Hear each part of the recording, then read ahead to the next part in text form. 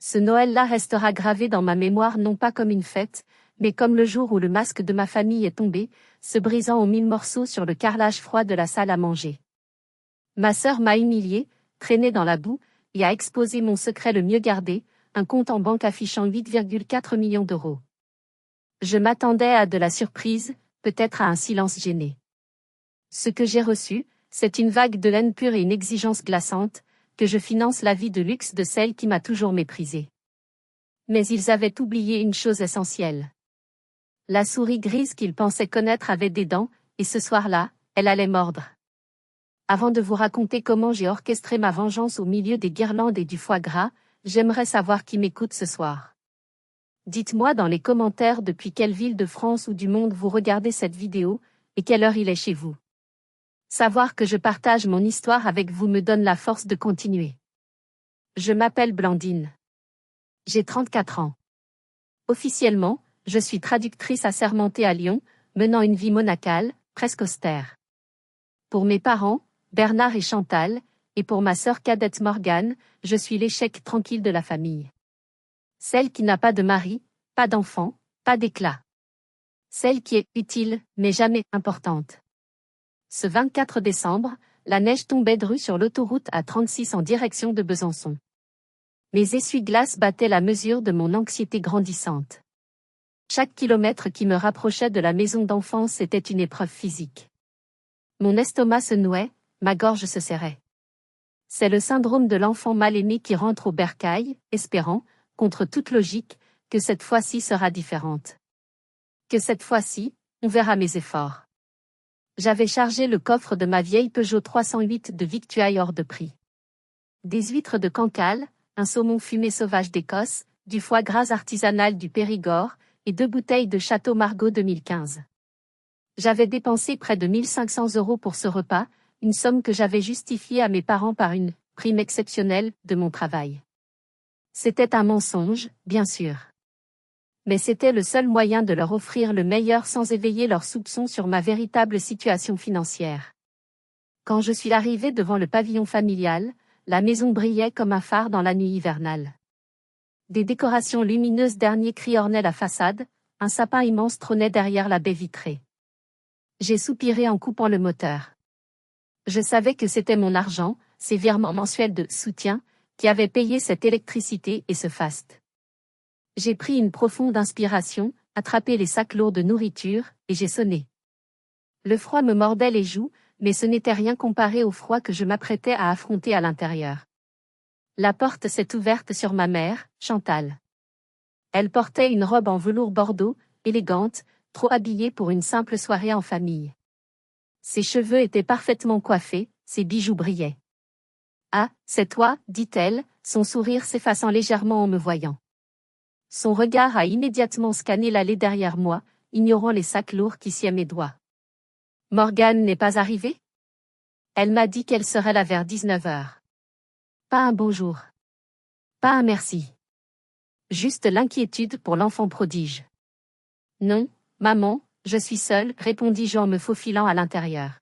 « Bonsoir à toi aussi. » Pose ça à la cuisine, lança mon père depuis le salon, sans même lever les yeux de sa tablette. Et essaie de ne pas tout salir, la femme de ménage vient de passer. Je suis montée dans ma vieille chambre pour déposer mon sac à main, le cœur lourd. Je pensais avoir construit une armure au fil des années. Je pensais que ma réussite secrète, mes millions, ma vie luxueuse à Lyon me protégeaient de leurs piques. Mais dès que je franchissais ce seuil, je redevenais la petite Blandine de 10 ans, celle qui n'était jamais assez bien, celle qui devait s'effacer pour que Morgane puisse briller. Je ne savais pas encore que ce soir, l'effacement allait prendre fin. Brutalement.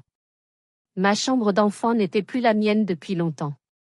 C'était devenu, au fil des années, le débarras personnel de Morgane. Là où auraient dû se trouver mes livres d'université et mes souvenirs de voyage, s'empilaient désormais des cartons de vêtements qu'elle ne portait plus, des chaussures dépareillées, et des sacs de shopping vides de grandes marques. L'odeur de la pièce m'a prise à la gorge, un mélange de poussière ancienne et de ce parfum sucré, entêtant, que Morgane vaporisait partout comme pour marquer son territoire. Je me suis assise sur le bord du lit étroit, repoussant une pile de magazines de mode intitulée « Comment devenir riche et célèbre ». L'ironie était palpable. Mon regard a erré sur les étagères encombrées et s'est arrêté sur un détail incongru, coincé derrière une boîte à chapeau, une vieille poupée en porcelaine, au visage légèrement fissuré. Je l'ai prise dans mes mains, et soudain, le temps s'est replié sur lui-même. J'ai été propulsé 24 ans en arrière. J'avais 10 ans. C'était un été caniculaire à Besançon. Cette année-là, j'avais travaillé à l'école comme une forcenée. Mon père m'avait fait une promesse solennelle, les yeux dans les yeux, Blandine, si tu as un bulletin parfait, avec les félicitations du conseil de classe, je t'achèterai le vélo rouge que tu regardes tous les jours dans la vitrine du magasin de sport. J'avais rêvé de ce vélo. Je voyais déjà mes cheveux voler au vent, je sentais la liberté sous mes pieds. J'avais obtenu ce bulletin parfait. J'avais même aidé ma mère à faire les confitures tout l'été pour prouver ma valeur. Le jour de mon anniversaire est arrivé. J'attendais, le cœur battant à tout rompre, guettant la voiture de papa dans l'allée. Mais la veille, Morgane, alors âgée de 2 ans, avait fait une petite fièvre. Rien de grave, une simple poussée dentaire. Mais dans la maison des Dubois, le moindre éternuement de Morgane était traité comme une urgence nationale. Papa est rentré. Il n'avait pas de vélo. Il avait un énorme carton. Mon cœur a bondi, avant de s'écraser. Ce n'était pas un vélo. C'était une maison de poupée victorienne, immense, coûteuse. C'est pour Morgane, avait dit maman en voyant ma confusion. La pauvre chérie est malade, elle a besoin de réconfort. Mais, et mon vélo, avais-je osé murmurer, la gorge serrée. Papa m'avait regardé avec cet air déçu que je connaissais trop bien.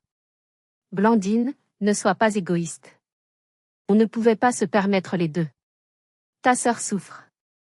Tu es la grande. Tu dois comprendre. Comprendre, c'est aimer. Il m'avait tendu un petit paquet plat. Des crayons de couleur. Tiens, c'est pour toi. C'est bien aussi, pour dessiner. Ce jour-là, quelque chose s'était brisé en moi. J'avais compris que peu importaient mes efforts, peu importait mon excellence, je passerais toujours après les caprices, réels ou imaginaires, de ma petite sœur. Tu dois comprendre. Cette phrase est devenue le leitmotiv de ma vie. Comprendre que Morgane avait besoin de cours de théâtre, qu'elle séchait. Comprendre que Morgane avait besoin d'un scooter, qu'elle a cassé. Comprendre que Morgane avait besoin de mon aide financière parce qu'elle était une artiste incomprise. Assise sur ce lit, serrant la vieille poupée, j'ai réalisé que je n'avais jamais cessé d'être cette petite fille de 10 ans qui attendait son vélo rouge. J'avais continué à donner, à payer, à comprendre, espérant qu'un jour, il me verrait. J'ai reposé la poupée. J'ai essuyé une larme solitaire. C'est fini, ai-je chuchoté dans le silence de la chambre. Je ne suis plus une enfant. Et je n'ai plus besoin de leur vélo. Mais je savais que c'était un mensonge. Une part de moi, la part blessée, cherchait encore leur validation. C'est pour ça que je portais ce pull en cachemire beige de chez Loro Piana, d'une valeur de 2000 €, mais qui semblait si simple. C'était ma façon de crier ma réussite en silence, espérant qu'ils remarqueraient la qualité, la douceur, l'élégance. Mais je savais qu'ils ne verraient que du beige. Du terne. Du Blandine. En bas, la sonnette a retenti, suivie d'aboiements aigus et de rires bruyants. Morgane était arrivée. Le spectacle allait commencer. Avant de descendre affronter la tornade Morgane, je dois vous confier ce qui me permettait de tenir debout dans cette maison sans m'effondrer. C'était mon secret. Un secret à 8 millions d'euros. À Lyon, je mène une double existence digne d'un roman d'espionnage. Du lundi au vendredi, de 9 h à 17 h, je suis Blandine Dubois, la traductrice assermentée, sérieuse et méticuleuse. J'ai un petit bureau en centre-ville, je traduis des actes de naissance, des diplômes, des contrats juridiques. C'est un travail respectable, qui me rapporte environ 2500 € net par mois. C'est ce chiffre, et uniquement ce chiffre, que mes parents connaissent. C'est sur la base de ce salaire qu'ils calculent leurs demandes incessantes de « coup de main » pour Morgane. Mais à 17h01, je deviens quelqu'un d'autre. Je rentre chez moi, non pas dans le studio exigu que je leur ai montré en photo il y a 5 ans, un appartement témoin que j'avais loué une journée pour la mise en scène, mais dans un penthouse de 180 mètres carrés au dernier étage d'un immeuble haussmannien, avec une terrasse panoramique sur le Rhône et Fourvière. Ma fortune ne vient pas de la traduction. Elle vient d'une intuition, d'un risque insensé que j'ai pris il y a 10 ans. À l'époque, j'étais étudiante boursière, je mangeais des pâtes à l'eau pour économiser chaque centime. J'ai rencontré un groupe d'étudiants en informatique et en biotechnologie à Grenoble. Ils étaient brillants, passionnés, mais fauchés. Ils travaillaient sur 2 projets, une nouvelle blockchain sécurisée et une molécule pour le traitement des maladies rares. Personne ne croyait en eux. Les banques leur riaient au nez. Moi, j'ai cru en eux. J'ai investi toutes mes économies, l'argent de mes jobs d'été, de mes babysitting. 15 000 €. C'était tout ce que j'avais. Ma famille m'aurait traité de folle. Pendant des années, j'ai vécu chichement, regardant mes investissements fluctuer, frôlant parfois la perte totale. J'ai connu des nuits blanches, des sueurs froides. Mais j'ai tenu bon. Je n'ai rien vendu. Et puis, le miracle s'est produit. La start-up de biotech a été rachetée par un géant pharmaceutique américain. La blockchain a explosé. Aujourd'hui, mon portefeuille d'actifs, réparti entre actions, obligations, immobilier et crypto-monnaies, s'élève précisément à 8 450 320 € et 45 centimes. Pourquoi le cacher? Pourquoi ne pas arriver en Porsche devant chez mes parents? Parce que je connais ma famille mieux que quiconque. L'argent, chez les Dubois, n'est pas un moyen de liberté, c'est un instrument de pouvoir et de chantage. Si mon père savait, il se sentirait émasculé, puis il tenterait de prendre le contrôle de ma fortune, pour mon bien, lui qui a failli nous mettre en faillite 3 fois avec ses idées de grandeur. Si ma mère savait, elle verrait en moi une banque inépuisable pour financer les caprices de sa fille préférée. Et Morgane? Morgane ne le supporterait tout simplement pas. Pour elle, l'ordre naturel des choses est qu'elle est la princesse et moi la servante. Que la servante soit plus riche que la reine serait une insulte cosmique. Elle crierait à l'injustice. Elle dirait, pourquoi elle? Elle est moche, elle est ennuyeuse, elle ne sait pas profiter de la vie. Moi, je saurais quoi faire avec cet argent. Alors, j'ai construit ce mur de silence. J'ai appris à dire, je n'ai pas beaucoup de marge ce mois-ci, alors que je venais de gagner 50 000 € en dividendes. J'ai appris à porter des vêtements de luxe sans logo, le fameux « qui est luxury », pour me faire plaisir sans attirer l'attention. Ce pull Loro Piana que je portais ce soir-là était mon armure invisible. Doux contre ma peau, mais imperméable à leurs critiques, du moins, c'est ce que j'espérais. Je me suis regardée une dernière fois dans le miroir piqué de la chambre. Courage, Blandine, me suis-je dit. Encore quelques heures. Demain, tu seras chez toi, dans ton bain à remous, avec une coupe de champagne. Je ne savais pas que dans quelques heures, je n'aurais plus de secrets, plus de famille, mais que je serais enfin libre. Je suis descendue, marchant vers mon destin. Je suis arrivée en bas des escaliers au moment précis où la porte d'entrée s'ouvrait à la volée, laissant entrer un tourbillon de neige, de bruit et de prétention. On est là. Joyeux Noël les vieux. La voix de Morgane a résonné dans le hall, stridente et assurée. Elle a fait son entrée comme une star de cinéma sur un tapis rouge imaginaire. Elle portait un manteau de fausse fourrure blanc immaculé, probablement hors de prix et totalement inadapté à la météo, des bottes à talons aiguilles vertigineux, et elle tenait dans ses bras son petit chien, Coco, qui tremblait de froid dans un pull à paillettes. À son bras, Kevin. Son nouveau fiancé. Un homme d'une trentaine d'années, au teint trop bronzé pour la saison, sûrement DUV, avec un sourire ultra brit qui ressemblait plus à une publicité pour dentifrice qu'à une expression humaine sincère. Il portait un costume brillant et une montre massive qui criait « Regardez-moi ». Mes parents se sont précipités vers eux avec une énergie que je ne leur avais pas vue depuis des années. « Ma chérie, tu es magnifique », s'exclama maman en prenant Coco des bras de Morgane comme s'il s'agissait du Saint-Enfant. « Et Kevin, quel plaisir de vous revoir. Quelle élégance !»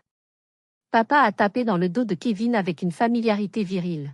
« Ça, c'est de la classe. » Pas comme. Il ne finit pas sa phrase, mais son regard glissa vers moi, qui me tenait en retrait près de la rampe d'escalier. Morgane a suivi le regard de papa. Elle a retiré ses lunettes de soleil, qu'elle portait en pleine nuit, à l'intérieur, et m'a scanné de la tête aux pieds. Son visage s'est tordu en une grimace de dégoût théâtral. « Oh mon Dieu, Blandine !» s'écria-t-elle, assez fort pour que les voisins entendent. « Tu as encore fait les poubelles de l'armée du salut ? C'est quoi ce sac à patates que tu portes ?» Elle pointait mon pull en cachemire. Kevin a pouffé, un rire gras et méprisant. On dirait le tapis de ma grand-mère, mais en version beige dépressif. C'est conceptuel ? Je me suis raidi, mes ongles s'enfonçant dans mes paumes. C'est du cachemire, Morgane. C'est chaud et confortable. Du cachemire ? Elle a éclaté de rire en retirant son manteau pour révéler une robe dorée à sequins, moulante, trop courte, qui captait toute la lumière. Si c'est du cachemire, moi je suis la reine d'Angleterre. Ça a l'air de gratter rien qu'à le regarder. Enfin, ça te va bien. Ça correspond à ta personnalité, beige. Fade. Invisible. J'ai attendu. J'ai attendu que maman dise, Morgane, sois gentille. J'ai attendu que papa dise, respecte ta sœur. Mais maman a juste soupiré en accrochant le manteau de fourrure. Ne sois pas méchante, ma puce. Ta sœur fait ce qu'elle peut avec ses petits moyens. Tout le monde n'a pas ton goût inné pour la mode et le glamour. Fait ce qu'elle peut avec ses petits moyens. Cette phrase m'a frappé plus fort qu'une gifle.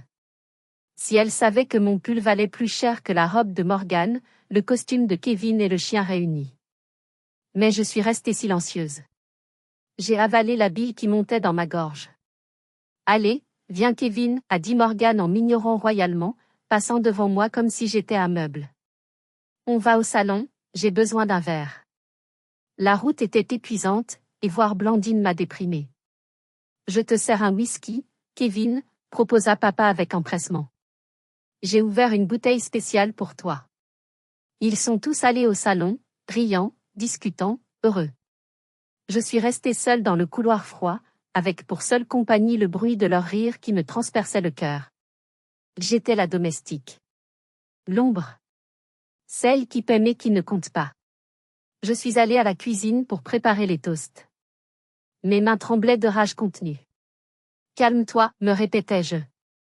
C'est Noël. Ne gâche pas tout. Supporte encore un peu. Mais combien de temps peut-on supporter d'être humilié chez soi avant de craquer ? La réponse allait venir plus vite que je ne le pensais. Le dîner a commencé, et avec lui, le véritable supplice. J'avais passé des semaines à tout organiser, à commander les mets les plus fins. La table était belle, non pas grâce à l'aide de ma mère, mais parce que j'avais passé 1 heure à tout dresser pendant qu'il buvait l'apéritif. Nous nous sommes assis. Morgane a pris la place d'honneur, au bout de table, face à la cheminée. Kevin s'est assis à sa droite, maman à sa gauche. Moi ? On m'a indiqué la chaise près de la porte battante de la cuisine, celle qui prend les courants d'air. Comme ça, tu seras plus près pour aller chercher le pain ou l'eau, avait justifié maman avec un sourire innocent. Kevin a saisi la bouteille de Château Margaux 2015 que j'avais apportée. Il a lu l'étiquette, plissé les yeux, et a pris un air d'expert autoproclamé qui donnait envie de le gifler. Château Margaux, a-t-il lu lentement. Il a versé un fond dans son verre, l'a fait tourner exagérément, a humé, a fait la moue. Puis il a goûté, faisant un bruit de gargarisme répugnant. Ouais. C'est pas mal, a-t-il décrété. Mais on sent que ça a mal voyagé. Tu l'as sûrement acheté en promo au supermarché du coin, non Blandine ? Il stocke souvent les bouteilles debout, ça tue le vin. Une bouteille à 600 €. Traité de vin de supermarché par un homme qui portait des chaussures en faux cuir qui couinaient. C'est un excellent vin, Kevin, dis-je calmement, en coupant mon pain. Il a été conservé en cave à température contrôlée. Morgane a levé les yeux au ciel tout en tartinant une tranche de pain brioché d'une couche épaisse de mon foie gras artisanal. Laisse tomber, chérie. Blandine ne connaît rien au luxe. Pour elle, le luxe, c'est d'avoir une mutuelle dentaire et des tickets resto. Toute la table a éclaté de rire. Même papa. Surtout papa, qui riait si fort qu'il en a renversé un peu de vin. Elle est bonne celle-là, s'esclaffa-t-il. C'est vrai que Blandine est économe. Une vraie petite fourmi. Je sentais mes oreilles brûler. J'essayais de me concentrer sur mon assiette, sur le goût délicat des huîtres, mais tout avait un goût de cendre. D'ailleurs, enchaîna Morgane, la bouche pleine, en parlant d'argent. Maman, j'ai vu ce petit appartement incroyable dans le Marais à Paris. C'est minuscule, mais c'est tellement chic. Le loyer est un peu cher, 2500 €, mais c'est parfait pour ma carrière d'influenceuse. L'adresse est prestigieuse. Je me suis figée, ma fourchette en l'air. Influenceuse? Elle avait 400 abonnés sur Instagram, dont la moitié étaient des robots achetés en ligne. Elle passait ses journées à se prendre en photo dans des cafés et à dormir jusqu'à midi. C'est merveilleux ma chérie, s'exclama maman, les yeux brillants d'admiration. Tu vas percer, je le sais. Tu es faite pour la lumière, contrairement à d'autres. Puis, le regard de maman s'est tourné vers moi. Le regard prédateur que je redoutais. Blandine, tu pourrais peut-être aider ta sœur pour la caution? Et peut-être te porter garante? Avec ton CDI de fonctionnaire ennuyeux, ça passerait tout seul auprès de l'agence. Je sentis mon sang bouillir. Maman, je paie déjà 500 € par mois pour son studio actuel. Studio qu'elle n'occupe même pas la moitié du temps car elle est toujours en voyage. Oh, tout de suite les reproches, coupa Morgane, claquant sa serviette sur la table. Tu vois comme elle est, Kevin? Jalouse. Aigrie. Elle veut que j'échoue pour se sentir mieux dans sa vie médiocre de gratte-papier. Je ne suis pas jalouse, dis-je, la voix tremblante mais essayant de rester ferme. Je dis juste que l'argent ne tombe pas du ciel. Je travaille dur pour le gagner. Pour toi, peut-être, rétorqua Kevin avec une condescendance insupportable. Mais Morgane est une artiste. C'est un investissement. Quand elle sera célèbre, elle te remboursera au centuple. Pas vrai bébé? Bien sûr, dit Morgane en reprenant une gorgée de vin. Mais franchement, je ne sais pas si j'aurais envie d'aider quelqu'un qui m'a si peu soutenue. Tu es toxique, Blandine. Tu plombes l'ambiance avec ton avarice. Maman soupira, prenant un air de martyr. Blandine, s'il te plaît. C'est Noël. Ne gâche pas tout. Ta sœur a besoin d'un coup de pouce. On est une famille. La famille s'entraide. Tu as de la chance d'avoir un travail stable, partage un peu ta chance. La famille s'entraide. Cette phrase sonnait comme une menace voilée. J'ai regardé autour de la table. Ces visages familiers, déformés par l'avidité et le mépris. Ils mangeaient ma nourriture, buvaient mon vin, et me crachaient au visage en me traitant de radine. À ce moment précis, j'ai eu une envie violente de renverser la table, de crier la vérité, de leur jeter mes millions au visage pour les étouffer. Je fais une pause ici pour vous demander quelque chose de très sérieux. Si vous étiez à ma place, assis à cette table, traité de médiocre et de toxique par votre propre sœur et son petit ami moqueur, tout en finançant leur repas, qu'auriez-vous fait? Auriez-vous gardé le silence comme je l'ai fait pendant des années, ou auriez-vous explosé? Dites-moi honnêtement dans les commentaires ce que vous auriez fait. Je vais chercher le fromage, dis-je en me levant brusquement, sentant les larmes de rage monter. Je me suis réfugiée dans la cuisine, m'appuyant contre le plan de travail froid, essayant de respirer. C'est alors que mon téléphone a vibré dans ma poche. Une notification urgente. Alerte de sécurité, connexion détectée depuis un nouvel appareil. Mon cœur s'est arrêté. J'avais laissé mon ordinateur portable allumé dans ma chambre pour surveiller la clôture des marchés américains. Et quelqu'un était en train de l'utiliser. Je n'ai pas réfléchi. L'instinct de survie a pris le dessus. J'ai abandonné le plateau de fromage sur le plan de travail et j'ai couru vers les escaliers. Le parquet grinçait sous mes pas précipités, mais le bruit des conversations en bas couvrait ma course. En arrivant sur le palier, mon pire cauchemar s'est matérialisé. La porte de ma chambre était entr'ouverte.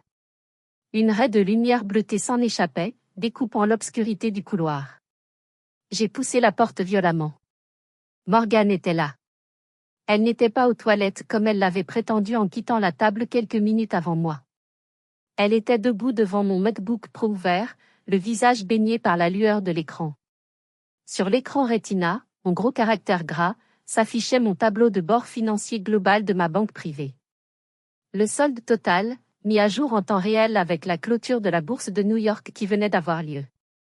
8 450 320 € et 45 centimes d'euros. Le temps s'est figé. C'était comme si l'oxygène avait été aspiré de la pièce. J'ai vu les yeux de Morgane s'écarquiller démesurément. Sa bouche s'est ouverte, mais aucun son n'est sorti pendant une seconde qui a duré une éternité. Elle a cligné des yeux, une fois, deux fois, comme pour chasser une hallucination due à l'alcool. Puis, elle a regardé le chiffre à nouveau. Elle a compté les zéros, son doigt manucuré pointant l'écran sans le toucher. Blandine? Sa voix n'était plus celle de la peste arrogante du dîner. C'était un murmure choqué, tremblant. Elle s'est tournée vers moi, le visage pâle sous son maquillage épais. C'est quoi ça? Demanda-t-elle. C'est un jeu? Une simulation? Je suis entrée dans la pièce, le souffle court, refermant la porte derrière moi. Ferme ça, Morgane. Touche pas à mon ordinateur. Sors d'ici tout de suite. Mais elle n'a pas bougé. Son choc initial s'est transformé, sous mes yeux, en quelque chose de beaucoup plus sombre, de beaucoup plus terrifiant. J'ai vu la surprise laisser place à la compréhension, puis à la colère, et enfin, à une avidité pure, brute.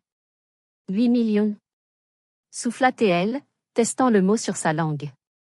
Un sourire tordu, presque dément, se dessina sur ses lèvres rouges. Tu as 8 millions d'euros? Elle s'est tournée complètement vers moi. Il n'y avait plus de peur dans ses yeux. Seulement une fureur froide et calculatrice. Tu as 8 millions d'euros, et tu me laisses vivre dans un studio de merde? Sa voix montait dans les aigus. Tu laisses maman compter ses sous pour le chauffage?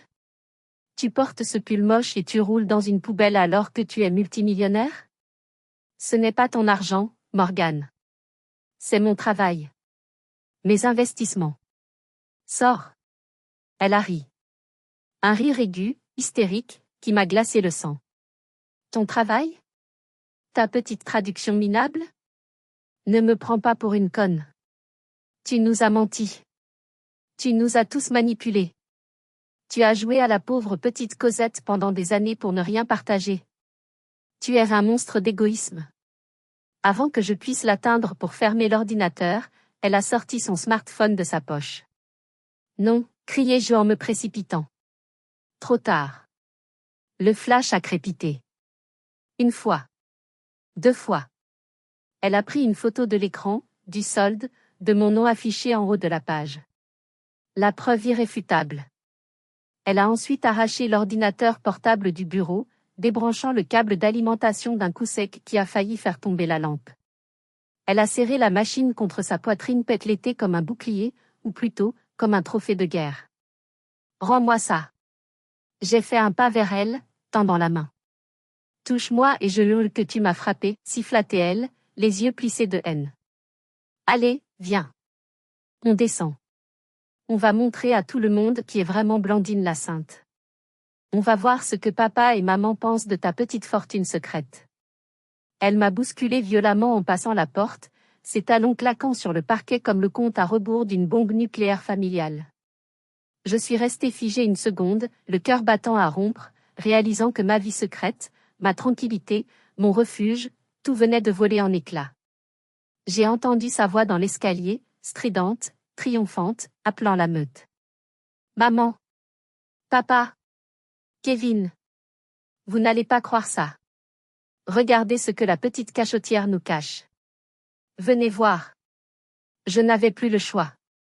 Je devais descendre. Je devais affronter la tempête. Mais je ne savais pas encore que cette tempête allait emporter bien plus que mon secret. Elle allait emporter ce qui restait de ma famille. Quand je suis arrivé dans la salle à manger, la scène ressemblait à un tribunal d'inquisition. Morgane avait posé mon ordinateur portable ouvert au centre de la table, repoussant brutalement le plat de dinde au marron qui a failli se renverser.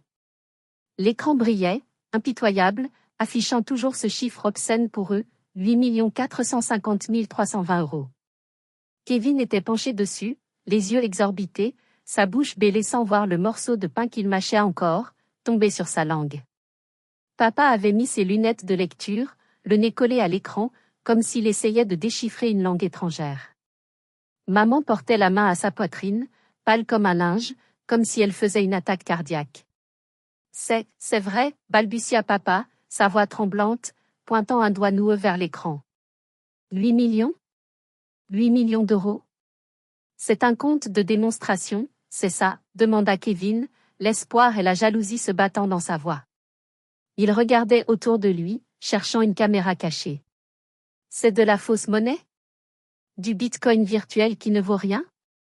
Non, trancha Morgane, debout près de la table, les bras croisés, rayonnante de malice et de triomphe. J'ai vérifié. C'est un compte réel. Des actifs, des actions, de la liquidité. Votre fille, la petite souris grise, la pauvre malheureuse, est plus riche que nous tous réunis multipliés par 1000. Elle est riche à millions. Tous les regards se sont tournés vers moi. Je me tenais dans l'encadrement de la porte, seule contre tous, serrant mes mains l'une contre l'autre pour qu'ils ne voient pas qu'elle tremblait. J'attendais quoi, au fond de moi? De la fierté? Bravo ma fille, tu as réussi? Quelle naïveté!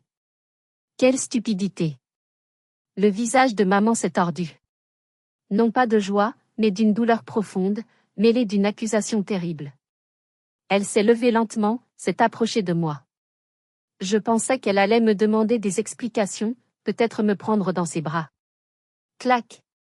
Le bruit de la gifle a résonné dans la pièce silencieuse comme un coup de fouet. Ma joue m'a brûlé instantanément, une douleur vive et humiliante. Je suis restée immobile, trop choquée pour réagir, ma main montant instinctivement à mon visage. Ma mère venait de me gifler. Devant tout le monde.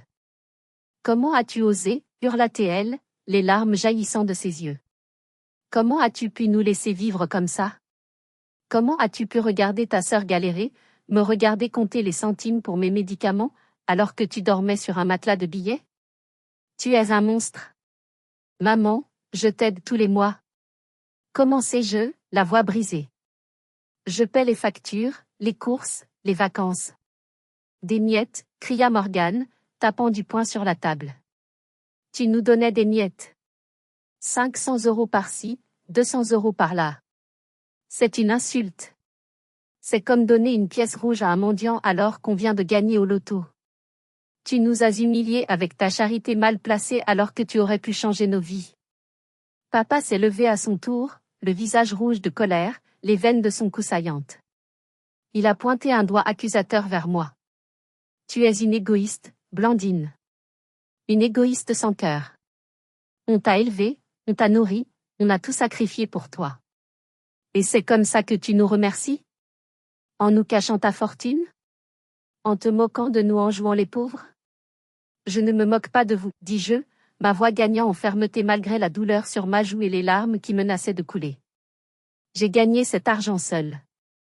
Sans votre aide. Sans votre soutien. Pendant que vous achetiez des jouets à Morgane, moi j'étudiais. Pendant que Morgane faisait la fête à Paris avec votre argent, moi je travaillais 18 heures par jour et je prenais des risques. La ferme, aboya Kevin. Il avait l'air soudainement très intéressé, calculateur. Il ne regardait plus le vin bon marché, il regardait le coffre-fort ambulant que j'étais devenu. On s'en fout de comment tu l'as eu. La question c'est, qu'est-ce que tu vas faire maintenant pour réparer ça? Réparer quoi? Demandai-je, incrédule. Je n'ai rien cassé. Le préjudice moral, lança Morgane. Elle s'est approchée de l'ordinateur, caressant l'écran comme on caresse un amant. Tu nous as menti pendant des années. Tu as brisé la confiance de cette famille. Tu nous as laissé croire qu'on était pauvres. Si tu veux qu'on te pardonne, va falloir payer. Et payer cher. L'atmosphère a changé subtilement. La colère brute a laissé place à quelque chose de plus insidieux, la négociation. Une négociation macabre où j'étais la proie à dépecer, et où chaque membre de ma famille s'apprêtait à réclamer son morceau de chair. Ils se sont rassis autour de la table, ignorant mon existence en tant que personne, ne voyant plus en moi qu'un distributeur automatique sur pattes, un guichet ouvert. La dinde refroidissait, oubliée, remplacée par un festin bien plus appétissant, mes millions. Papa a pris la parole le premier, adoptant son ton patriarcal, celui qu'il utilisait pour régler les problèmes de famille, ce ton qui se voulait sage mais qui cachait mal son avidité. Bon, dit-il en se resservant généreusement du vin, mon vin, ce château Margaux qu'il méprisait 5 minutes plus tôt. Il faut être raisonnable. On ne va pas se déchirer pour de l'argent. Blandine, tu n'as pas besoin de tout cet argent. Tu es seule, tu n'as pas de famille à charge, pas d'enfants. Tu vis simplement, tu aimes cette vie simple. 8 millions, c'est indécent pour une seule personne. C'est même dangereux. Je propose un plan, intervint Kevin, sortant son téléphone pour faire des calculs rapides. Il avait l'air d'un banquier véreux. D'abord, la priorité, c'est les parents. Il faut leur acheter une maison convenable pour leurs vieux jours. Pas ce vieux pavillon qui prend l'eau. Une villa dans le sud, avec piscine. Disons un budget de 1,5 million. C'est la base. Et Morgane, enchaîna-t-il sans reprendre son souffle. Elle a des rêves, du talent, un potentiel énorme qui est gâché par manque de moyens. Elle a besoin de capital d'amorçage. 2 millions pour lancer sa marque de vêtements et de cosmétiques, c'est un minimum pour être crédible sur le marché. Et un appartement à Paris, ajouta Morgane, les yeux brillants d'une fièvre d'or. Elle se voyait déjà sur les Champs-Élysées. Je ne peux plus louer, c'est jeter l'argent par les fenêtres. Il faut que j'achète. Dans le 6e arrondissement ou le Marais. Disons 1,5 million aussi. Comme ça, j'ai un patrimoine. Maman hocha la tête vigoureusement, essuyant ses fausses larmes pour mieux visualiser les plans de la future villa. C'est juste, Blandine. C'est la moindre des choses. La famille partage. C'est la loi du sang. Nous t'avons donné la vie, tu nous dois une vie confortable en retour. J'écoutais, fasciné par l'horreur absolue de la situation. Ils étaient en train de dépenser 5 millions de mes euros, sous mes yeux, sans même me demander mon avis. Ils ne me demandaient pas, ils exigeaient. Pour eux, cet argent leur appartenait de droit divin, simplement parce que nous partagions le même ADN. Et le reste, continua papa, magnanime, comme s'il me faisait une faveur immense. Tu peux le garder. 3 millions, c'est largement suffisant pour tes vieux jours. On ne veut pas te dépouiller, Blandine. On veut juste ce qui est juste. Ce qui rétablit l'équilibre dans cette famille. Ce qui est juste, répétai-je doucement, ma voix à peine audible. L'équilibre? Oui, juste, s'emporta Morgane. Tu m'as toujours fait de l'ombre avec tes bonnes notes et ton air supérieur de Sainte-Nitouche. C'est ma chance de briller maintenant. Tu me dois ça, Blandine. Tu me le dois pour toutes les fois où tu m'as fait sentir nulle parce que je n'avais pas ton diplôme ou ton sérieux. C'est le prix à payer pour ta tranquillité. J'ai regardé ma sœur. J'ai vu la haine pure et la jalousie rance dans ses yeux.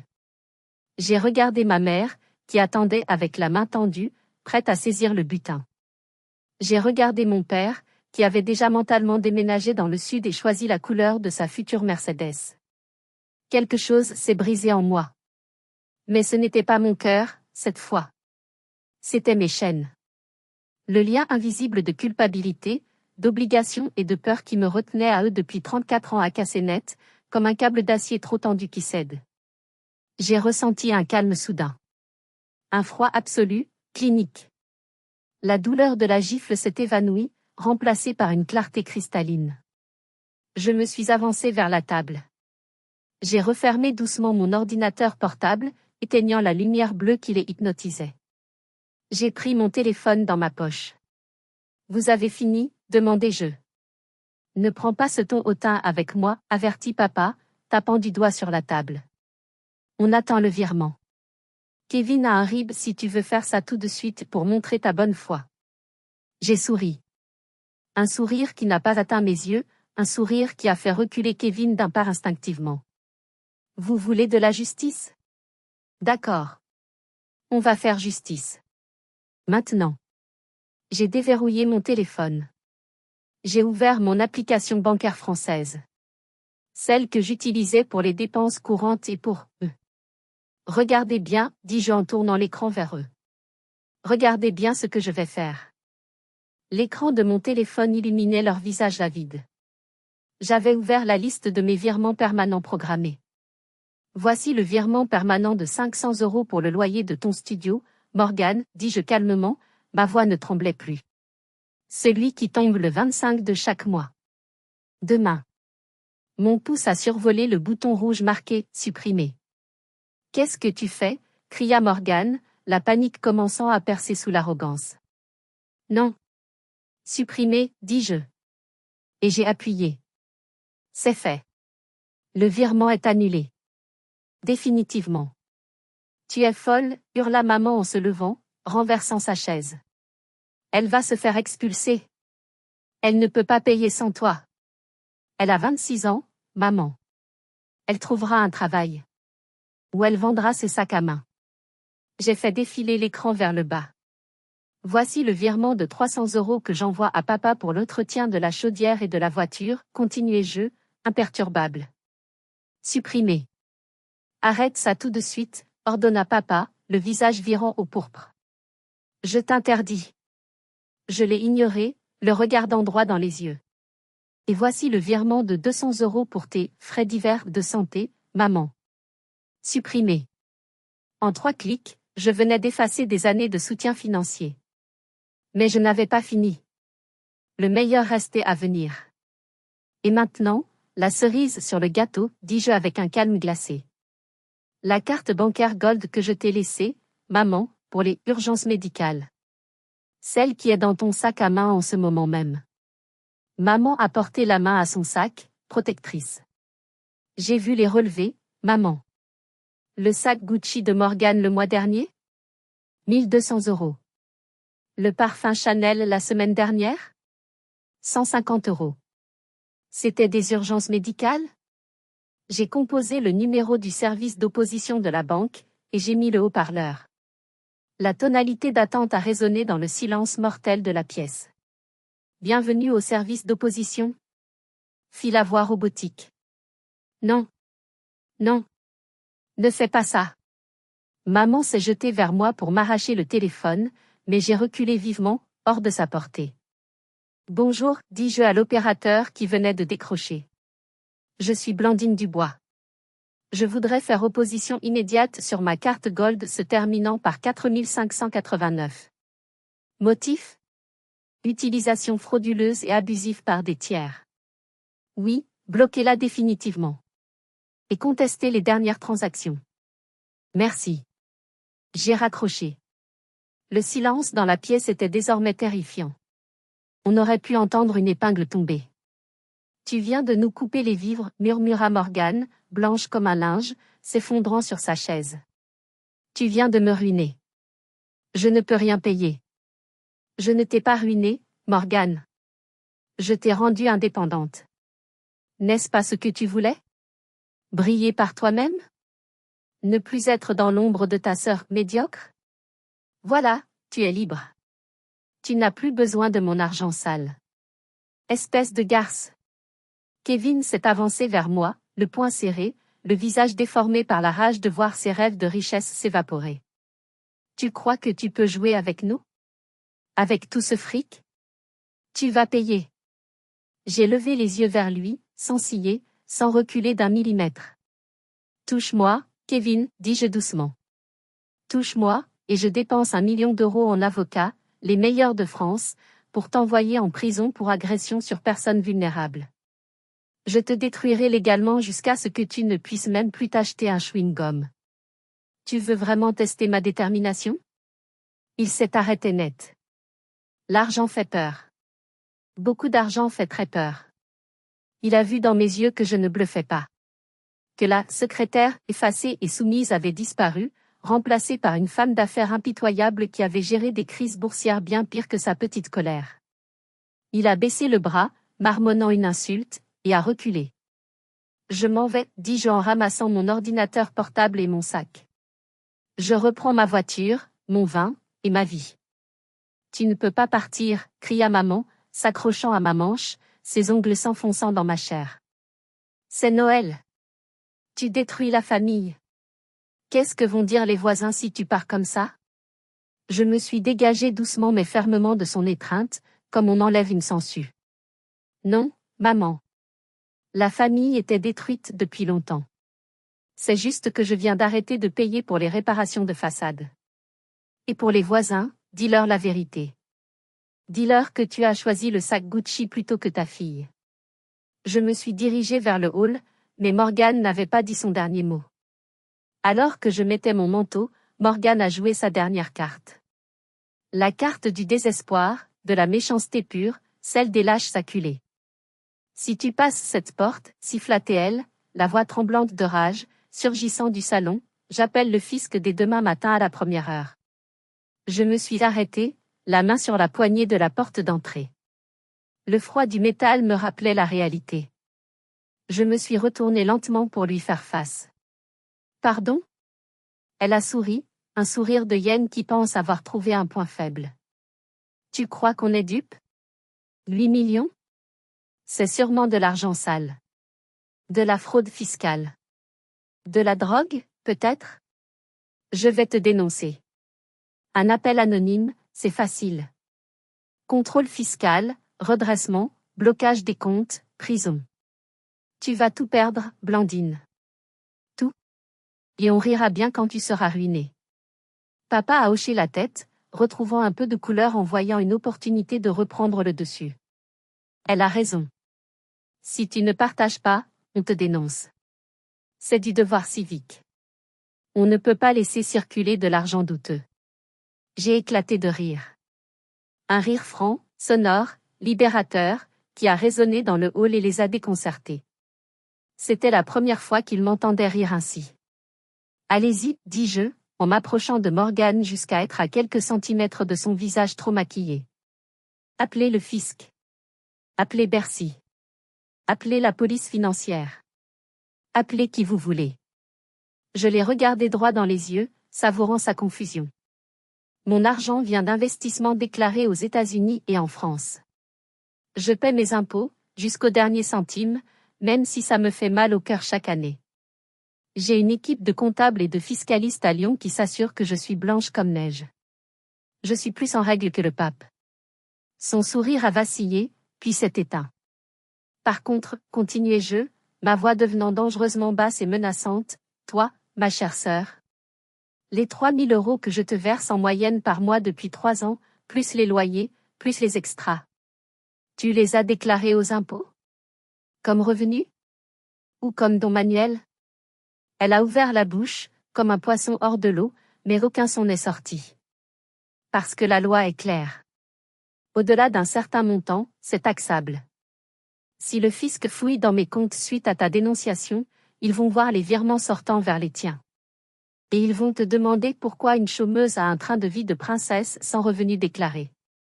Ils vont te demander de payer 60% d'impôts sur les donations non déclarées, plus les pénalités de retard, plus les intérêts. Tu seras endetté à vie. Je me suis tournée vers maman, qui tremblait maintenant de tous ses membres. Et l'utilisation de ma carte bleue par une tierce personne? Maman, c'est illégal. C'est de l'abus de confiance, voire de l'escroquerie en famille. Si on va au tribunal, c'est toi qui risques la prison avec sursis, pas moi. J'ai sorti mon téléphone une dernière fois. J'ai ouvert l'application dictaphone. L'onde sonore rouge s'est arrêtée quand j'ai appuyé sur Stop. Ah, et au fait, j'ai enregistré toute la conversation depuis que je suis descendue avec l'ordinateur. Vos insultes, vos menaces, votre chantage, votre tentative d'extorsion de fonds. Donne-nous 5 millions ou on te détruit. C'est du chantage caractérisé. Je leur ai montré le fichier audio. Si vous essayez de me nuire, ne serait-ce qu'une fois, si je reçois une seule lettre du fisc, ou si vous parlez mal de moi aux voisins, je porte plainte immédiatement et je diffuse cet enregistrement sur Internet et à la police. Kevin a reculé jusqu'au mur, pâle comme un mort, réalisant qu'il était complice. Papa s'est rassis lourdement sur la banquette du hall, vaincu. Morgane a commencé à pleurer, mais cette fois, ce n'étaient pas des larmes de caprice, c'étaient des larmes de terreur pure. Elle venait de comprendre qu'elle avait perdu la guerre avant même de l'avoir commencée. Joyeux Noël, dis-je. J'ai ouvert la porte. La neige tourbillonnait dehors, libre et sauvage. Je suis sortie, laissant derrière moi la chaleur étouffante de cette maison qui n'avait jamais été un foyer. Le vent glacial de Besançon m'a fouetté le visage, mais pour la première fois de ma vie, je n'ai pas senti le froid. Je brûlais de l'intérieur. Une chaleur intense, un mélange d'adrénaline pure et d'une joie sauvage, indescriptible, coulait dans mes veines. J'ai jeté mon sac et mon ordinateur sur le siège passager de ma Peugeot. J'ai démarré le moteur. À travers la grande baille vitrée du salon, je les voyais gesticuler comme des pantins désarticulés. Maman pleurait dans les bras de papa, le visage déformé. Morgan hurlait sur Kevin, probablement en train de lui reprocher de ne pas m'avoir frappé. C'était un film muet, une tragédie grotesque dont je n'étais plus l'actrice, mais la spectatrice qui quitte la salle avant le générique de fin. J'ai enclenché la marche arrière. Les pneus ont crissé sur la neige fraîche. J'ai reculé, tourné le volant, et je me suis engagé dans la rue sans un regard en arrière. Alors que je m'éloignais, mon téléphone, posé sur le siège passager, s'est mis à vibrer frénétiquement. L'écran s'illuminait sans cesse. Maman, Blandine revient, on peut discuter. On s'est emporté. Morgan, tu ne peux pas nous faire ça. Je suis ta sœur. Papa, sois raisonnable, reviens tout de suite. Morgan, je suis désolée, je t'aime. Je t'aime. Quelle ironie cruelle. Il m'aimait maintenant. Maintenant que je valais 8 millions. Maintenant que j'étais parti. Leur amour était conditionnel, tarifé, et le prix venait d'augmenter. J'ai conduit sans m'arrêter, traversant la ville déserte décorée pour les fêtes. La neige tombait toujours, mais la route me semblait claire, lumineuse. Je ne retournais pas à Lyon. Je ne voulais pas être seule dans mon grand appartement vide ce soir-là. J'ai pris la direction des Alpes. Vers Annecy. Il y a une personne que je n'ai pas mentionnée jusqu'ici. La seule personne qui m'a toujours aimée pour moi, pas pour mes notes, pas pour mon argent, pas pour ce que je pouvais donner. Mamie Yvette. La mère de mon père. Elle vivait dans une petite maison de retraite médicalisée un peu triste près du lac d'Annecy. Mes parents n'allaient la voir qu'une fois par an, à Noël, pour s'assurer qu'elle n'avait pas encore dépensé son maigre héritage. Moi, j'y allais tous les mois en secret. C'était ma complice. Je suis arrivée à Annecy à 2 heures du matin. La ville dormait sous un manteau blanc. J'ai pris une chambre dans un hôtel de luxe face au lac, l'Imperial Palace. Le réceptionniste de nuit m'a regardé bizarrement avec mon vieux manteau couvert de neige et mes yeux rouges, mais quand j'ai sorti ma carte Platinum, la vraie, celle que je cachais, son attitude a changé du tout au tout. Je suis montée dans ma suite. Je me suis allongée sur le lit king size, habillée. J'ai regardé le plafond orné de moulures. J'étais seule. Je n'avais plus de famille. Je venais de couper les ponts avec tout ce que j'avais connu. Mais je me sentais légère. J'avais l'impression d'avoir posé un sac de pierre de 50 kilos que je portais sur le dos depuis 30 ans. J'ai pris mon téléphone.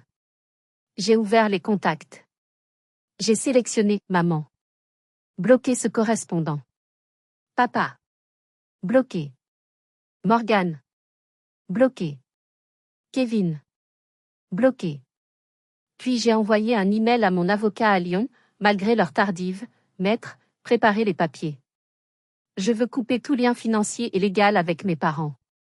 Je veux que vous gériez toute communication future. Et je veux acheter une maison à Annecy. Une grande maison. Avec une chambre au rez-de-chaussée, adaptée, pour mamie Yvette. Je vais la sortir de là. J'ai fermé les yeux, bercé par le silence de la chambre d'hôtel. Pour la première fois depuis des années, je me suis endormie sans angoisse, sans la peur du lendemain. J'étais libre. Les jours qui ont suivi ont été un tourbillon. Pas de tristesse, mais d'activités intenses et joyeuses. Avec l'aide de mes avocats, j'ai érigé une forteresse légale autour de moi. Aucune tentative de contact de ma famille ne pouvait m'atteindre sans passer par un cabinet juridique impitoyable. J'ai appris par des connaissances communes, une vieille tante éloignée, ce qui s'est passé ensuite à Besançon. Le château de cartes s'est effondré. Morgan a dû quitter son appartement parisien 2 mois plus tard. Sans mon argent, elle ne pouvait pas payer le loyer. Elle a été expulsée. Elle est retournée vivre chez nos parents, dans sa vieille chambre d'enfant encombrée, à 26 ans. Kevin l'a quittée 3 semaines après l'incident de Noël, dès qu'il a compris qu'il n'y aurait pas de millions à gratter et qu'il risquait des ennuis juridiques. Il est parti avec une autre fille riche. Mes parents ont dû vendre leur camping-car pour payer les dettes que Morgan avait accumulées sur leur nom. L'ambiance à la maison est, paraît-il, infernale.